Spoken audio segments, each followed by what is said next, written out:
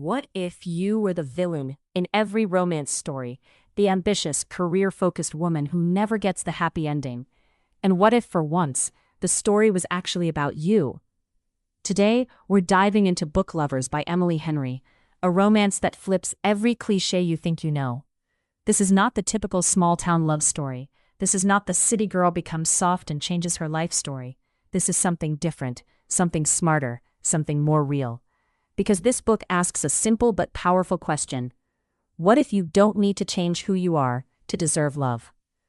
Our story begins in New York City, fast-paced, competitive, full of ambition, and right in the middle of it all is Nora Stevens. She is successful, driven, sharp.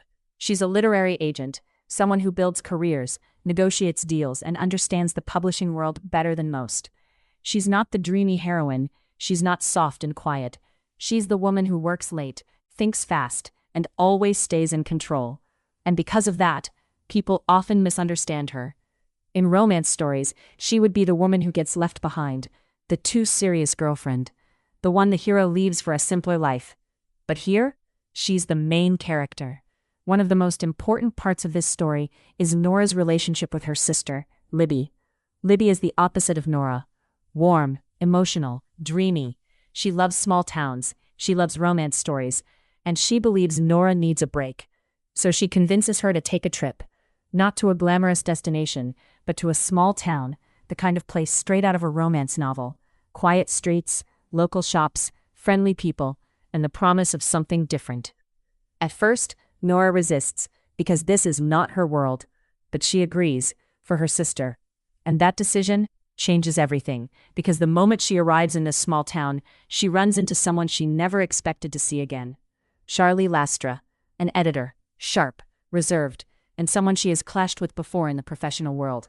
Their past interactions, not exactly friendly. They challenge each other, they disagree, they push each other, and now they're stuck in the same town, running into each other again, and again, and again. Coincidence? Maybe, or maybe this story has other plans. This is where Book Lovers become something special, because the connection between Nora and Charlie is not built on opposites, it's built on similarity.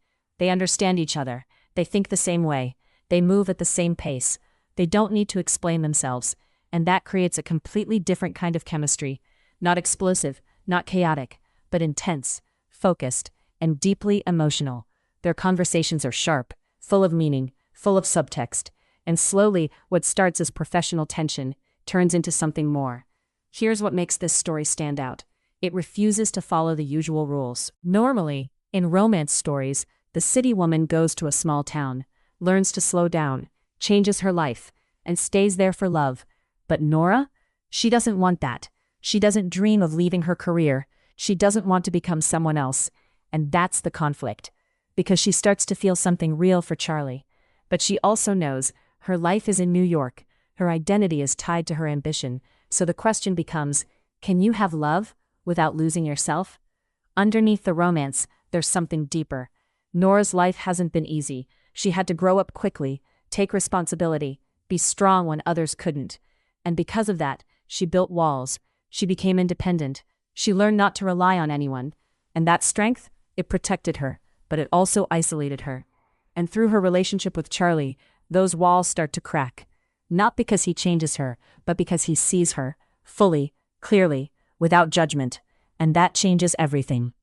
As their connection grows, so does the tension, because this isn't just about falling in love. It's about making a choice. Does she stay true to her life, or does she risk everything for something new? And what makes it harder is that Charlie understands her too well. He knows what she values, he knows what she fears, and that makes every moment between them more intense, more meaningful, more complicated. There comes a moment where everything becomes clear, where feelings are no longer hidden, where the truth can't be avoided. And Nora has to decide, does she believe that love requires sacrifice, or can love exist without losing who you are? And that's what makes this story powerful, because it doesn't give easy answers. It shows growth, it shows change, but it never asks the characters to stop being themselves. Book Lovers feels different because it respects its characters. It doesn't force them into clichés. it doesn't simplify their struggles. It allows them to be complex, ambitious, emotional, and real. And that's rare in romance. Because love here is not about transformation. It's about understanding. It's about acceptance. It's about finding someone who fits into your life, not replaces it. So let me ask you, do you want a romance that breaks the usual rules? Do you want characters who feel intelligent, driven, and real? Do you want a story that respects ambition and love equally? Then Book Lovers is exactly what you need. It's smart, it's emotional, and it's one of those stories that stays with you long after you finish it. You can find Book Lovers by Emily Henry on Amazon using the affiliate link in the description below. It's the perfect cozy read to curl up with this week. And tell me in the comments, should love change your life or fit into the life you already have?